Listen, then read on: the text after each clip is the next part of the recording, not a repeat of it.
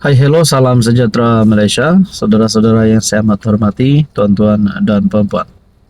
Setelah kita digemparkan berkaitan dengan dana RM170 juta dan juga jongkong emas RM7 juta yang melibatkan serbuan dalam sebuah safe house dan melibatkan nama Perdana Menteri ke-9 yaitu Ismail Sabri. Rupanya sebelum perkara ini didedahkan kepada media, rupanya PM Anwar Ibrahim pernah membuat pengumuman. Kali ini sama juga bekas Perdana Menteri, tapi bukan Ismail Sabri, tapi kali ini pula bagi zaman Muhyiddin Yassin. Anwar Ibrahim pernah membuat pendedahan pada November 7, 2023. RM500 juta dibelanja untuk promosi iklan zaman Muhyiddin. Kerajaan telah membelanjakan RM700 juta sejak 2020 hingga 2022 untuk promosi, iklan, dan publicity untuk kerajaan. Berkongsi angka itu di Dewan Rakyat. Pada Selasa, PM Datuk Seri Anwar Ibrahim memaklumkan lebih RM500 juta dibelanjakan semasa Tan Sri Muhyiddin Yassin menjadi Perdana Menteri. Menurutnya, selebihnya dibelanjakan Datuk Seri Ismail Sabri Yaakob, namun beliau tidak membelanjakan sepenuhnya peruntukan itu. Bera, Ismail Sabri tidak belanja setinggi itu kerana ada lebihan. Sebab itu pada 2023, saya tidak ada apa-apa peruntukan selain meneruskan kontrak yang dibuat semasa Bera. Jadi RM700 juta atau lebih kurang pada peringkat awal RM300 juta setahun, itu pada saya melanggar peraturan dan tata kelola dan keterlaluan. Oleh itu, saya telah mengarahkan perbelanjaan mulai tahun depan. Kerana tahun ini saya hanya mengambil kontrak sedia ada. Meneruskan kontrak dipersetujui oleh Bera. Bermakna tahun 2023 tiada peruntukan. Untuk 2024, saya telah mengarahkan Kementerian Kewangan tidak meluluskan lebih daripada RM100 juta. Tegas Anwar, beliau berpendapat kerajaan tidak harus dibebankan dengan iklan dan publicity tambahan untuk PM kerana ia boleh dilakukan menerusi program turun padang dan menerangkan isu dalam media massa. Jadi pendedahan terbaru Anwar Ibrahim. Beliau mahu Kementerian Kewangan tidak meluluskan lebih daripada RM100 juta. Manakala Muhyiddin sudah menggunakan RM500 juta, Ismail Sabri selebihnya, dana RM700 juta, Muhyiddin Yassin 500 juta, Ismail Sabri selebihnya, tapi tidak habis menurut artikel ini.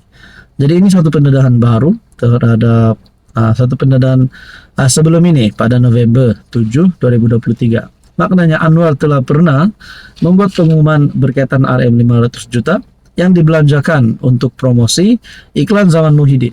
Persoalannya, adakah RM500 juta ini 100% digunakan untuk promosi dan iklan pada zaman Muhyiddin Yassin menjadi PM? Ataupun sebenarnya ini pun ada ketirisan juga? Tapi akhirnya semua ini menjadi persoalan saja. Apa komen Anda? Hai, hello, salam sejahtera Malaysia. Selamat datang ke channel Fels Lifestyle. Terima kasih kerana terus setia dan terus bersama di dalam channel ini. Setelah semakin panjangnya cerita, semakin ramai yang mulai bercakap, nama Ismail Sabri sana sini disebut. Setelah penemuan RM177 juta, serbuan daripada SPRM ditemukan ratusan juta di safe house, dalam sebuah safe house. Ini menjadi cerita yang paling panas di Malaysia pada ketika ini. Tuan-tuan dan puan, rupanya berkaitan dengan ini sudah pasti ada yang mempertikaikan, ada yang mempersoalkan apa yang dilakukan Ismail Sabri ketika beliau menjadi Perdana Menteri. Sebelum ini, saudara-saudara, ada satu artikel daripada My Metro. SPRM siasat dana program keluarga Malaysia. SPRM sedang mendapatkan beberapa dokumen daripada Kementerian Kewangan dan Jabatan Perdana Menteri. Ia untuk meneliti bagaimana kelulusan serta dan dikeluarkan perbelanjaan dana kerajaan berjumlah Rm700 juta bagi tujuan promosi dan publicity. Menurut sumber, SPRM sedang mengumpul keterangan yang dapat membantu siasatan bagaimana dana itu diluluskan dan dibelanja. Oke, sebelum kita teruskan, di sini saya ada selitkan produk. Nah, Anda boleh lihat mana satu produk yang sesuai dengan Anda. Nah, ini sangat sesuai bagi semua lapisan usia. Anda boleh lihat beberapa produk yang saya sediakan. Nah, harga cukup berpatutan, dan ini Anda boleh order macam biasa, macam dekat Shopee. Ini akan bantu saya dan juga untuk kembangkan channel ini. Tuan-tuan dan puan, menurut SPRM, terdapat 3 identiti terbabit bagi menyalurkan dana program Keluarga Malaysia, yaitu Laksana, Sepadu, dan Yayasan Dakwah Islamia Malaysia Yadim. Dalam siasatan ini, yang disiasat SPRM adalah untuk menentukan berapa jumlah sebenar diluluskan, dan siasatan awal setakat ini yang membabitkan dana sebanyak Rm300 juta sahaja, bukan Rm700 juta.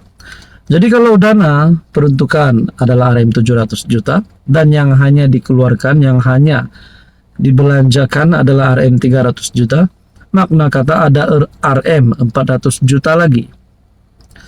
Sumber berkata, fokus SPRM ketika ini membabitkan program Keluarga Malaysia, di mana isu paling penting untuk melihat bagaimana wang dibelanjakan. Sementara itu, Azam Baki, Ketua Pengarah SPRM, mengesahkan siasatan sedang dijalankan. Jadi itulah persoalannya, tuan-tuan dan puan. SPRM sudah memulakan siasatan berhubung isu penggunaan wang Rm700 juta yang dibelanjakan bagi tujuan promosi dan publicity untuk menghebahkan pencapaian kerajaan dalam tempoh 2020 hingga 2022 ketika pentadbiran 2 PM sebelum ini. Siasatan dibuat berdasarkan maklumat awal seperti dinyatakan PM Anwar ketika menjawab soalan ahli Parlimen Batu P. Prabakaran pada November lalu. Artikel pada Januari 3, 2024. Berkaitan dengan ini, saudara-saudara, apa komen Anda? Halo semua, salam sejahtera Malaysia. Selamat datang ke channel VL's Lifestyle. Terima kasih kerana terus setia dan terus bersama di dalam channel ini. Saudara-saudara, bagi persiapan setiap jentera parti untuk mendepani pilihan raya umum ke-16 nanti, adakah dengan ini jentera parti daripada Kerajaan Perpaduan Kerajaan Madani perlu memilih penasihat bagi sesebuah negeri untuk memenangi negeri-negeri yang ditadbir oleh pembangkang, contohnya Kelantan, Kedah, Perlis, Terengganu, yang ditadbir oleh PAS Perikatan Nasional. Saudara-saudara, saya melihat dalam satu tulisan daripada Harapan Daily, ini pasti satu kejutan.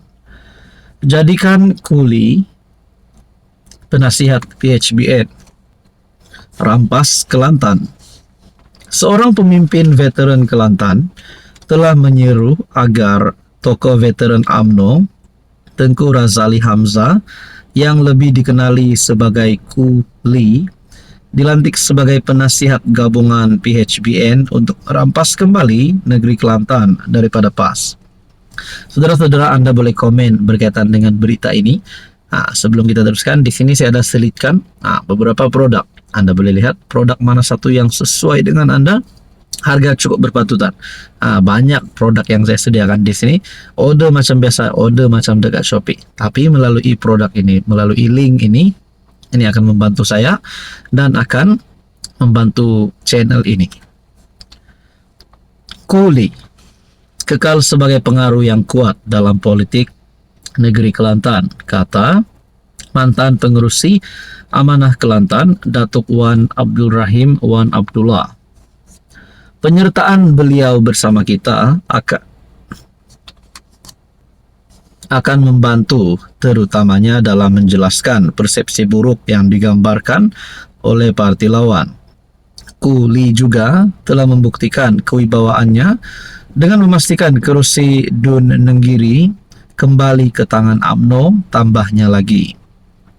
Beliau berkata begitu dengan merujuk kepada PRK Negeri yang menyaksikan Muhammad Azmawi Fikri Abdul Ghani yang merupakan Ketua Pemuda UMNO Gua Musang menewaskan calon PN Muhammad Rizwadi Ismail dengan majoriti 3.352 undi.